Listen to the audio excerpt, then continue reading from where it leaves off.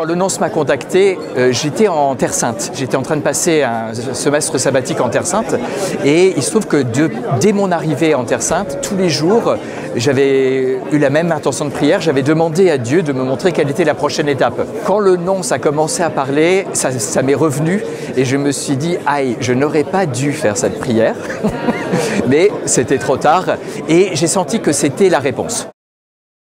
Je me suis dit, face à ce genre d'appel de Dieu, j'ai dit oui au moment des différents engagements dans ma vie, j'ai dit oui pour le sacerdoce et c'est le même oui que j'ai à donner de nouveau. Ah, je ne peux pas vous dire. Bon, la première personne que j'ai appelée, c'était mon directeur spirituel. La deuxième personne que j'ai appelée, c'était le supérieur général de ma communauté, l'Institut du Chemin Neuf. Et la troisième personne, c'était ma mère. Et ma mère, après un moment de surprise assez grand, m'a dit « Étienne, tu vas enfin vivre ce pourquoi tu t'es engagé, le service des autres et le don de ta vie ».